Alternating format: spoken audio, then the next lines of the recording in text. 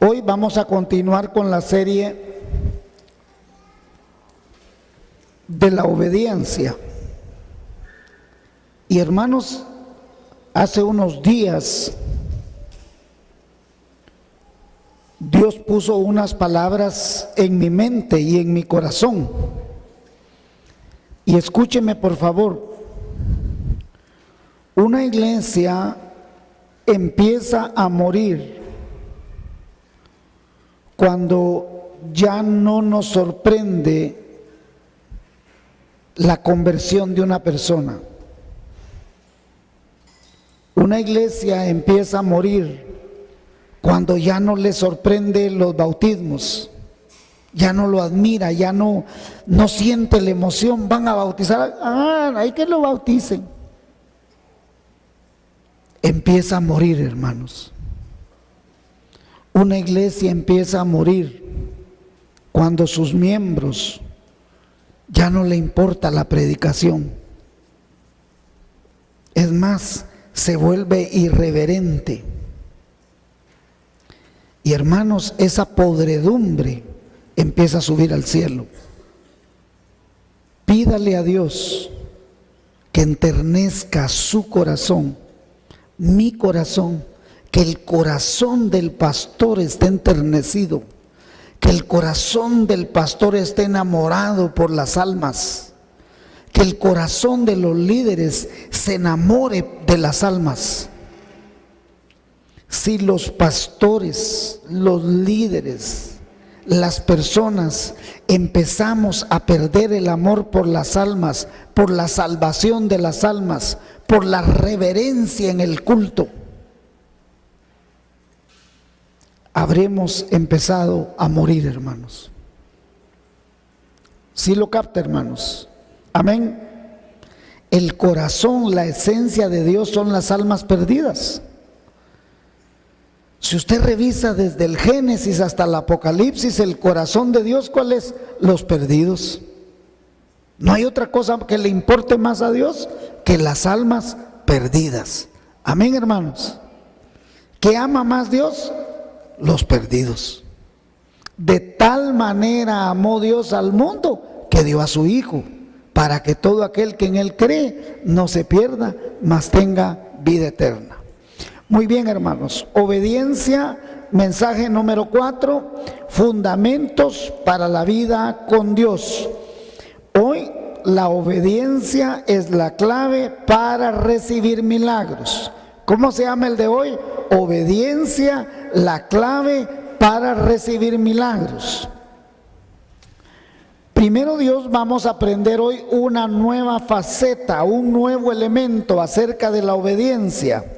El cómo cuando somos obedientes abrimos las puertas para las bendiciones y especialmente para los milagros. Cómo la obediencia también está íntimamente ligada al evangelismo.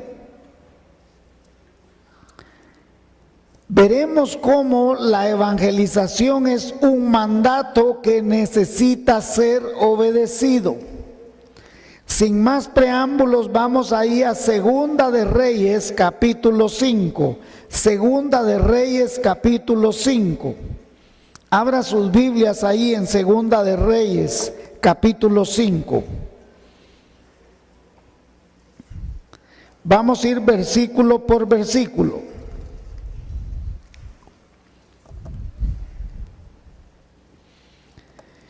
Dice, número 1.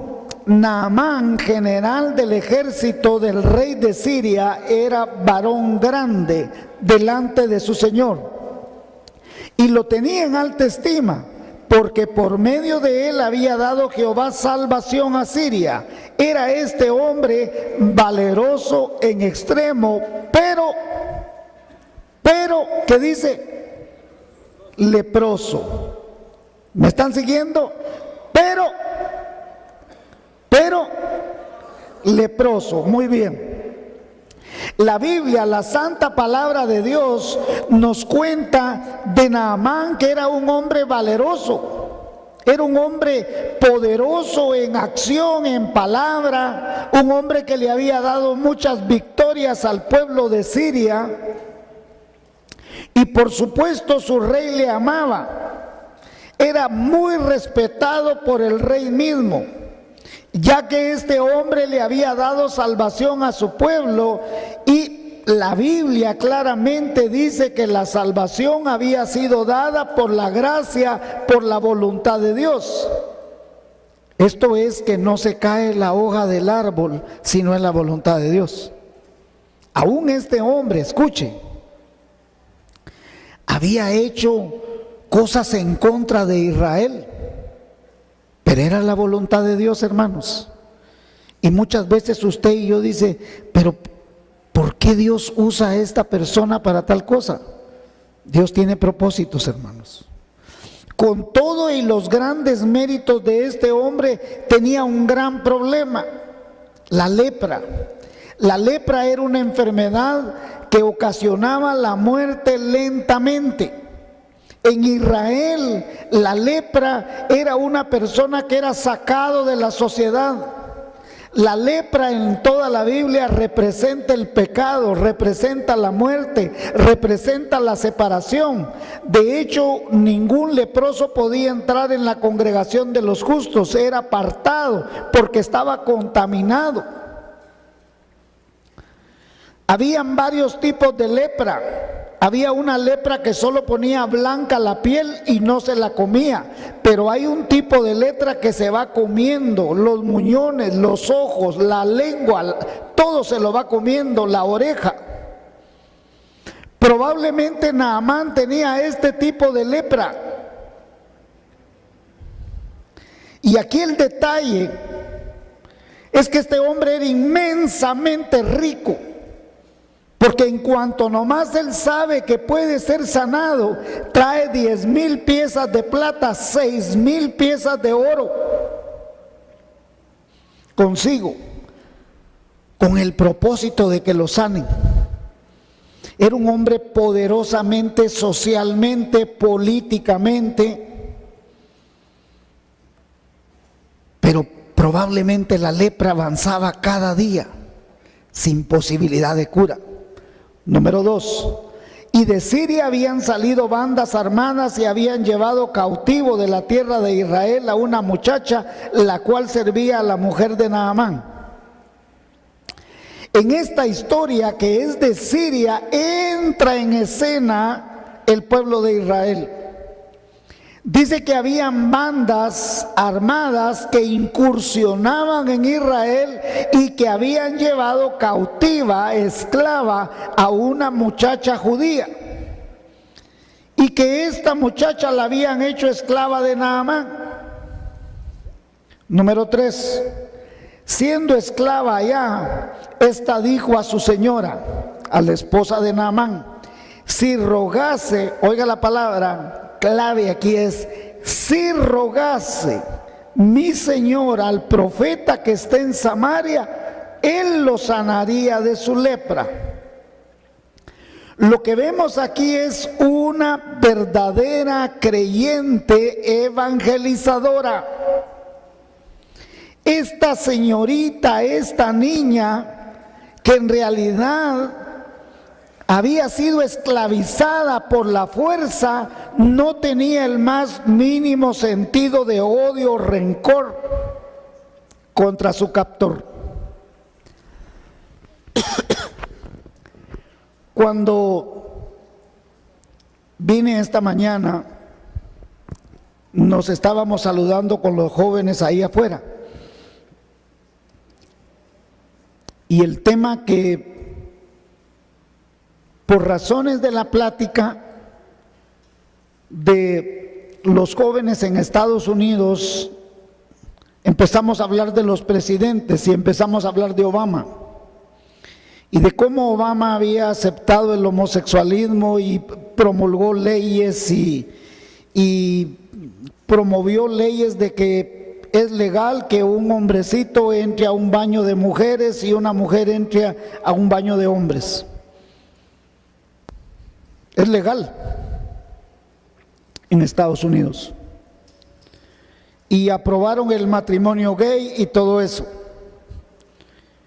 Entonces uno de los jóvenes dijo: el problema es que las iglesias rechazan a las personas así. Y yo le dije, tienes toda la razón. El problema es que no tenemos el espíritu de esta niña. Cuando vemos un pecado en toda su naturaleza, nosotros obviamente odiamos el pecado, pero no al pecador. Nosotros debemos amar al pecador, sea un hombre adúltero, sea una mujer adúltera, sea una mujer lesbiana, sea un homosexual. Nosotros tenemos que amar a esa persona, orar por esa persona, evangelizar a esa persona. Y esta niña no tiene odio ni rencor contra la persona misma que le había hecho daño y la había esclavizado. Naamán era un gran general, pero con todo y su poder y su riqueza, estaba irremediablemente condenado a la muerte, y no solo a la muerte física, sino a la muerte eterna. Hermano, cada día, cada minuto que pasa, usted y yo caminamos hacia la muerte. Cada día, cada minuto que está pasando es un día menos de su vida. No es un día más de su vida, es un día menos, hermanos. De tal manera que usted y yo, día a día, estamos muriendo físicamente. Pero la persona que no tiene a Cristo en el corazón está muriendo espiritualmente. Ahora, Naamán era estimado por su rey, pero ojo, también era estimado y amado por Jehová, porque Jehová tenía un plan detrás de todo esto. Dios ama a todos los pecadores. Hermanos, Dios está presente en cada acto de maldad y de pecado. Esta semana terriblemente la confesión de un hombre cómo mató a esas dos criaturas que habían secuestrado en San Juan, Zacatepeques, en el mes de febrero. Hermanos, Dios estaba ahí viendo y probablemente llorando cuando este hombre en su maldad degolló a los niños. Dios está en todo lugar viendo. Él no mete las manos. ¿Y por qué no? Te dio libertad.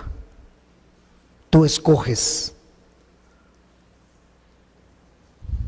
Todo lo que tú quieras hacer, te dio libertad. ¿Fracasa Dios? En manera alguna, no. Cuando le habla a Caín, no le dice a Caín, pues, ¿por qué estás molesto? ¿Por qué estás enojado? Si bien hicieres, ahí está la bendición a la puerta. Y si mal hicieres, es tu decisión. O sea, Dios le advirtió a Caín. ¿Y qué hizo Caín? Acto seguido mató a su hermano. ¿Fracasó Dios? No. Simplemente le dio la libertad de que él hiciera lo que él quisiera. Y hermanos, miren, yo sé, y escúcheme por favor, sé que lo que usted ha vivido en el Evangelio, sus hijos no lo han vivido. Usted solo lo habla y sus hijos lo escuchan de lejos. Es como Adán y Eva, que probablemente veían ahí donde estaba la puerta, donde los habían sacado del paraíso, y ellos hablaban, allá vivíamos nosotros con Dios, allá platicábamos nosotros con Dios, ahí caminábamos en medio del huerto. Y entonces Caín dice, ¿y yo qué? Si yo solo oyendo. Pero igual Abel oía, pero Abel decidió amar al Señor. Es una decisión. Usted y yo tenemos la libertad de pecar como queramos. Con todo, Dios ama al pecador como ama a la persona que ha sido redimida. Ahora, Dios tiene un plan lindo para su vida. Dios no desea la muerte del impío, mucho menos la muerte del creyente. Dios desea que por medio nuestro, por medio suyo, otra persona venga a los pies de Cristo. Y esta jovencita que era esclava ya, era la mujer más feliz del mundo. Porque cuando un cristiano se preocupa por el dolor de otra persona, aún en medio de su dolor, si era esclava, ¿usted cree que tenía privilegios? Saber ni cómo la trataban. Pero la verdadera vida cristiana es vivir para otros. Eso fue lo que hizo Jesús, hermanos. Él vivió para usted, Él murió por usted, Él se entregó por usted. Por eso la Biblia dice: si alguno quiere venir en pos de mí, niéguese a sí mismo, tome su cruz y sígame. Mateo 16:24. Nadie puede negar que lo que está más cerca del corazón de Dios es ganar almas para Cristo. Hermanos, iglesia que me está viendo a través de las redes sociales, ganar almas no es cuestión de emoción, es cuestión de obediencia. Ganar almas no es un don, es un mandamiento. Ganar almas no es un método para crecer, es el propósito de la existencia de la iglesia. Ganar almas no es un programa más, es la misión de la iglesia. Y un cristiano que no gana almas no puede esperar la bendición si no está siendo obediente con su Señor y su Salvador personal. Ganar almas demuestra que el amor de Dios por los perdidos está vivo también en su propio corazón. Número 4. Entrando Naamán a su señor, le relató diciendo, escuche, esta niña que era la esclavita, la sirvientía, convence a este gran hombre. Y él inmediatamente va con el rey y le relató diciendo, así y así ha dicho una muchacha que está en la tierra de Israel. Versículo 5, y le dijo el rey de Siria, anda, ve y enviaré cartas al rey de Israel. Claro, este andaba, no oyó también, no puso atención como era. Este creyó que solo anda al culto y vas a ver que vas a ser salvo. Mentira. Anda a mandarle una carta y al rey y que él haga. Salió pues él llevando consigo, oiga, 10 talentos de plata, 6,000 piezos de oro y 10 mudas de vestido. Y tomó también cartas para el rey de Israel que decían así, cuando llegue a ti estas cartas, sabe por ellas que yo te envío a ti a mi siervo Naamán para que lo sanes de su lepra. 7. Luego que el rey de Israel leyó las cartas, rasgó sus vestidos y dijo, ¿soy yo Dios que mate y dé la vida para que éste envíe a mí a que sane a un hombre de su lepra? Considerad ahora y ved cómo busca ocasión contra mí. Era claro que Siria tenía en ese momento un ejército más poderoso y que estaban incursionando y atacando a Israel constantemente. Cuando el rey de Siria le da las cartas para que se las dé al otro rey y que lo sane, es porque el otro rey no ha entendido quién es el verdadero sanador. Claro está que el asunto estaba en control de Dios. Dios era quien estaba controlando la situación y había permitido que todo esto se diera. Porque evidentemente cuando uno no conoce de Cristo nada, uno no sabe quién es el que salva, quién es el que sana, quién es el que hace los milagros. Él solo había oído campanas, pero era evidente que Dios lo que quería era sacar al descubierto cuál era el verdadero problema de Naamán antes de que Dios lo convirtiera y lo sanara para gloria de su nombre. Número 8. Cuando Eliseo, el varón de Dios, oyó que el rey de Israel había rasgado sus vestidos, envió a decir al rey: ¿por qué has rasgado tus vestidos? Venga ahora a mí y sabrá que hay profeta en Israel. Aquí es donde entra en escena el siervo de Dios, que probablemente Dios ya había hablado con él y le había dicho todo lo que iba a pasar. Por eso es que el profeta manda decirle al rey: mándamelo a mí, que se sepa que verdaderamente aquí hay un siervo de Dios, escogido por Dios para hacer la obra de Dios. Ojo, hermanos, usted y yo somos llamados a hacer la obra de Dios. Y si eso implica hacer un milagro y usted tiene el don, tiene que hacerlo. Número 9. Y vino Naamán con sus caballos y con su carro y se paró a la puerta de la casa de Eliseo. Entonces Eliseo le envió un mensajero diciendo: ve y lávate 7 veces en el Jordán y tu carne se restaurará y serás limpio. El profeta de Dios ya sabía que Naamán venía. Y cuando se oyó aquel escándalo de carros, porque no iba solo Naamán. Naamán tuvo que haber llevado un gran séquito. Llevaba 6,000 piezas de oro. Llevaba 10 talentos, que equivale a 10,000 monedas de oro, de plata. O sea, llevaba toda una riqueza. Y entonces llevaba sirvientes, gente que le hacía la comida, que probablemente lo bañaba.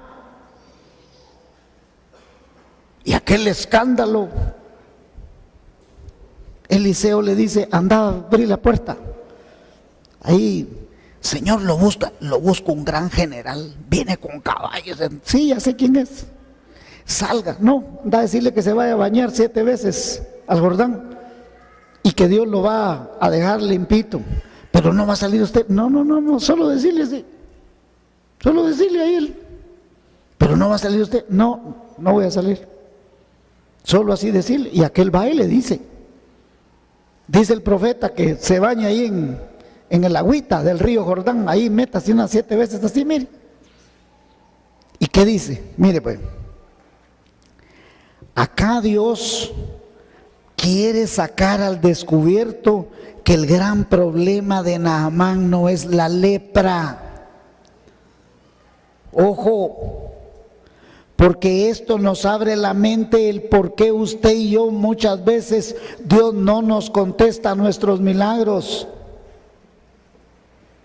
Usted está ora y el milagro no viene. ¿Y sabe por qué no viene? Porque no ha salido al descubierto cuál es su problema. El problema de Naamán no era la lepra, el problema de Naamán era el orgullo, la soberbia, la impaciencia. Y como decimos en Guatemala, limosnero y con garrote, necesitado y con mañas, con hambre y melindroso. ¿Ha visto usted que gente, usted tiene hambre? Sí. ¿Querés un panito con frijol? Eso sí no quiero yo. A mí dame con pollo y que tenga salsita. ¿Sí o no? Con lepra y con soberbia y lleno de orgullo. Versículo 11. Y Naamán se fue enojado. Ahí está pues. Viene al culto y como usted cree que Dios no le... aquí no sirve. Y se va.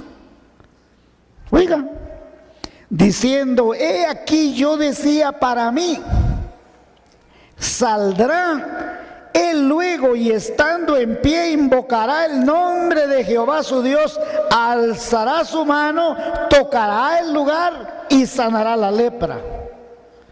Es evidente que este hombre investigó, indagó, preguntó cómo era que sanaban o hacían milagros los profetas en Israel.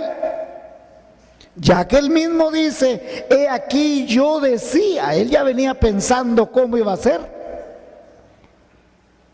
Hermano, igual usted piensa cómo Dios va a hacer el milagro. Usted necesita $100 y dice, es que yo voy a orar para que mi tía me lo mande. Esa vieja ni pensando en mandarle nada está. Y hermanos, usted y yo en nuestra soberbia hasta queremos hacer como Dios va a hacer el milagro. Somos tan soberbios, somos tan insolentes de querer hasta la manera en que Dios haga el milagro y cómo Él lo debe hacer. Naamán se fue enojado.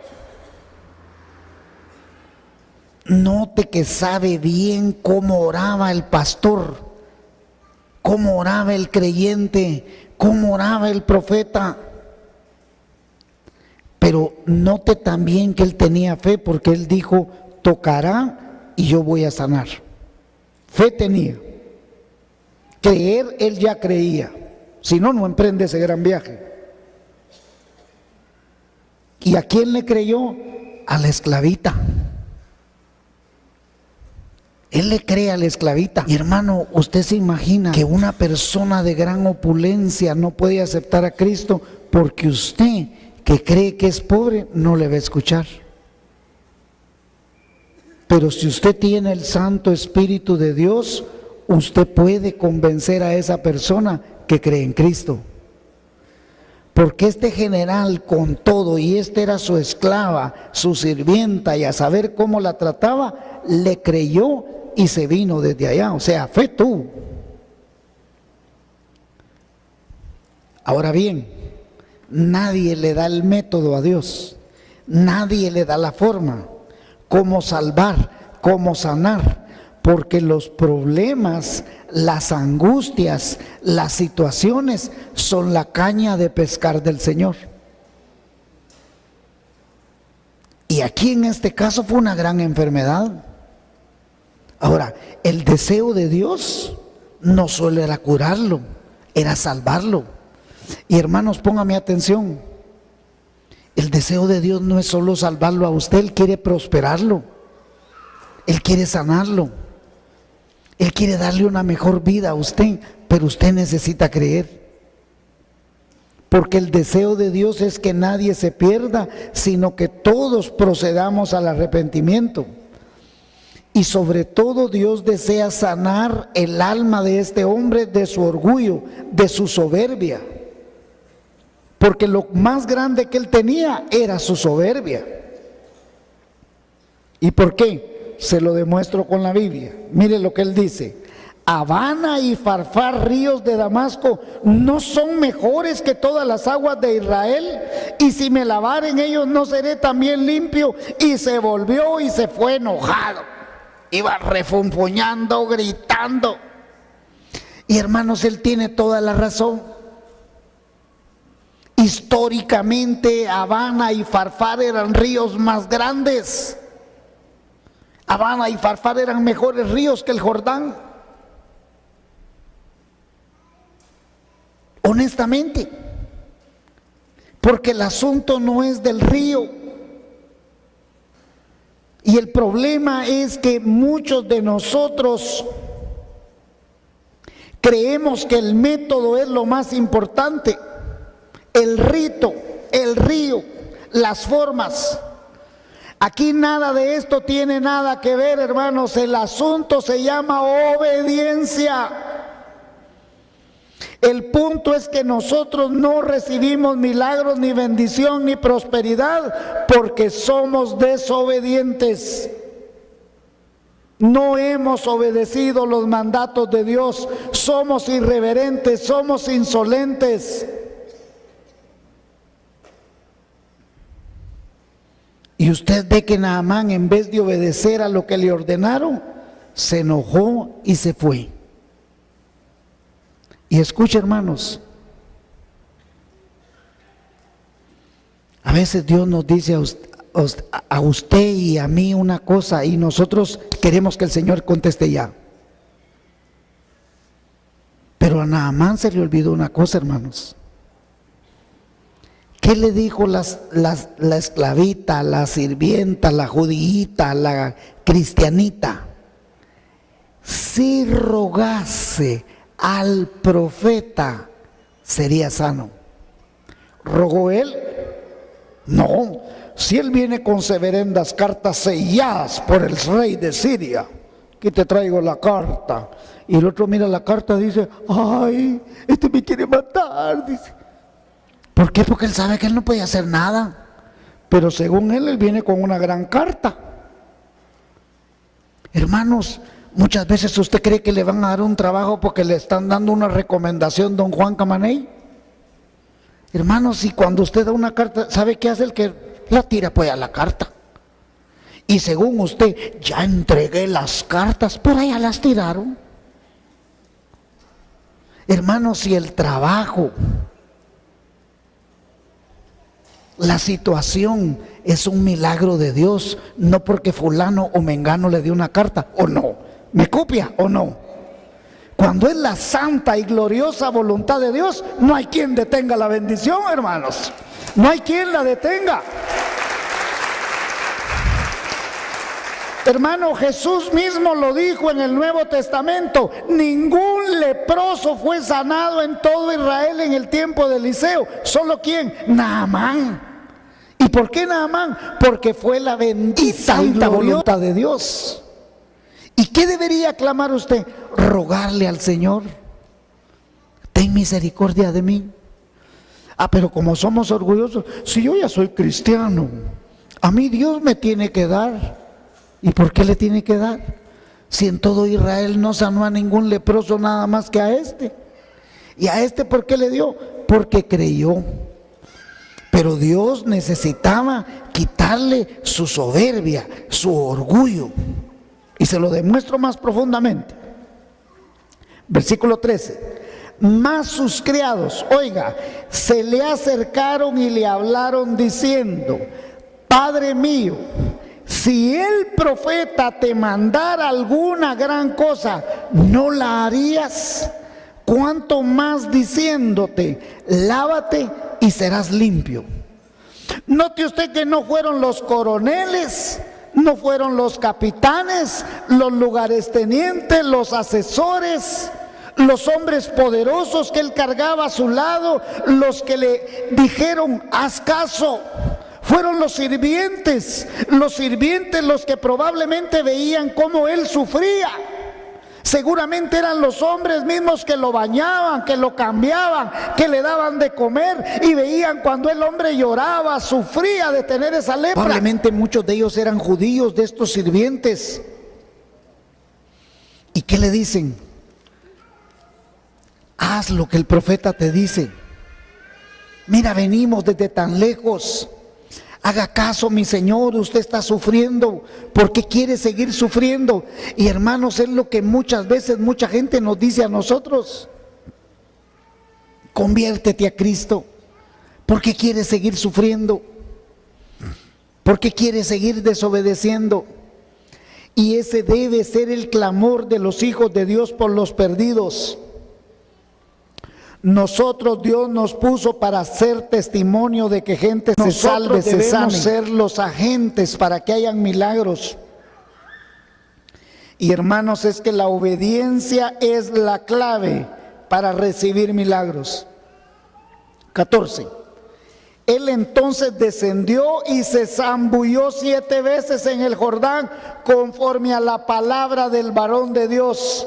Y su carne se volvió como la carne de un niño y quedó limpio.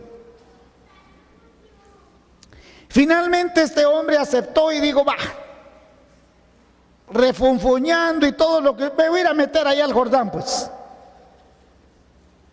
Se metió y seguramente desde que vio el río Jordán ha dicho, y en esta cosita me voy a meter, porque los otros ríos eran enormes. El río Jordán, hay pedacitos, hermanos, que es de aquí a la columna y no es tan hondo. Es pequeñito. El río Jordán hay lugares donde pasa bien sucio. Y seguramente él ha de haber dicho, aquí donde yo me voy a meter. Pues si aquí más sucio voy a salir yo, ¿para qué me voy a meter aquí? Métase, hombre, aquello rogándole todavía. Pero el viejo era malo, pero aquello, métase, hombre, hágale caso. Mire desde dónde venimos.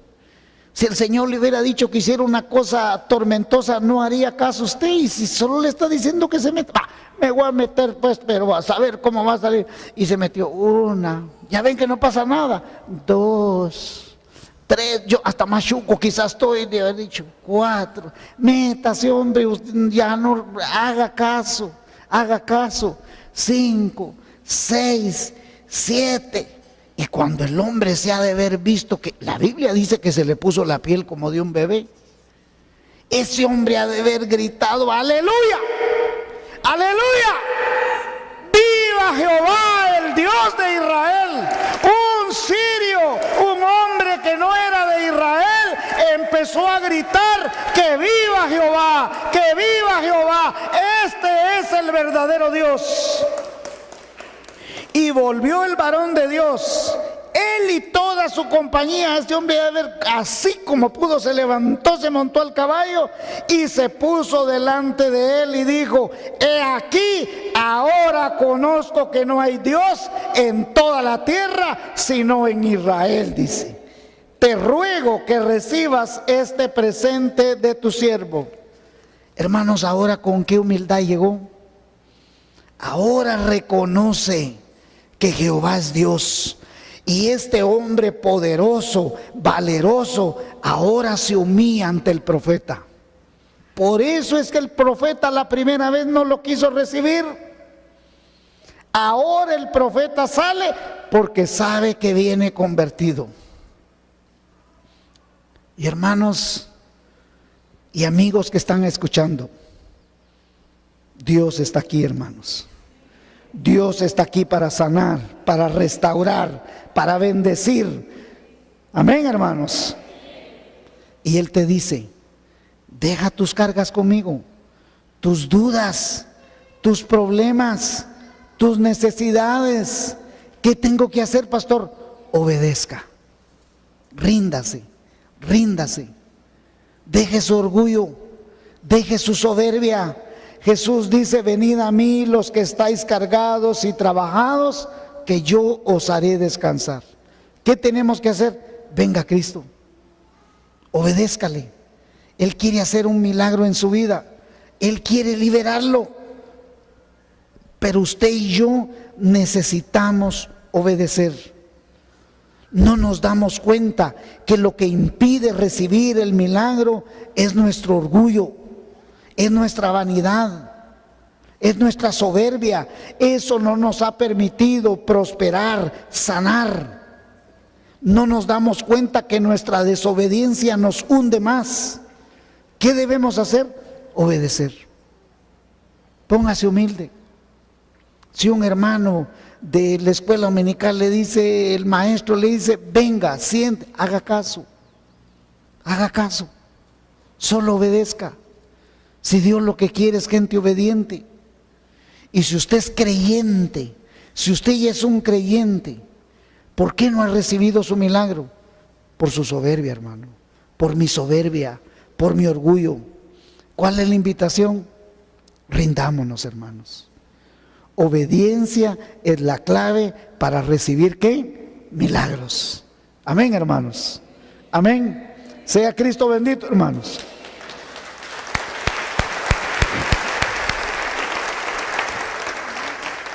Permítame orar por ustedes. Si hay alguien que todavía está sin Cristo y está aquí, usted puede rendirle su corazón. Usted, como Naamán, puede decir: ahora entiendo que solo Jesucristo es Dios. Usted puede hacerlo ahí donde está.